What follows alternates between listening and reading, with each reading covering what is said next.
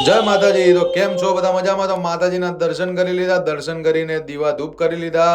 તો દેખી શકો છો તમે કે આપણે દીવા કરીને હવે નીકળ્યા મહાદેવના દર્શન કરવા. એમને જળ ચડાવી દીધું.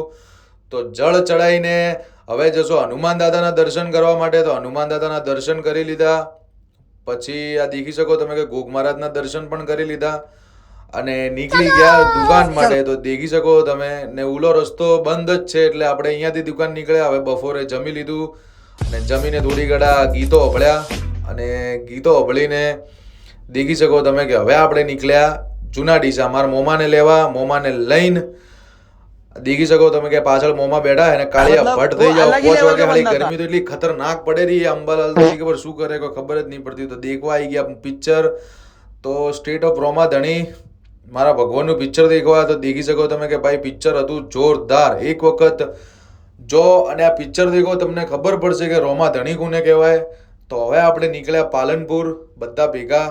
તો પાલનપુરમાં પહોંચી ગયા જમવા માટે. તો જમીને ડીસા પહોંચી ગયા. મળી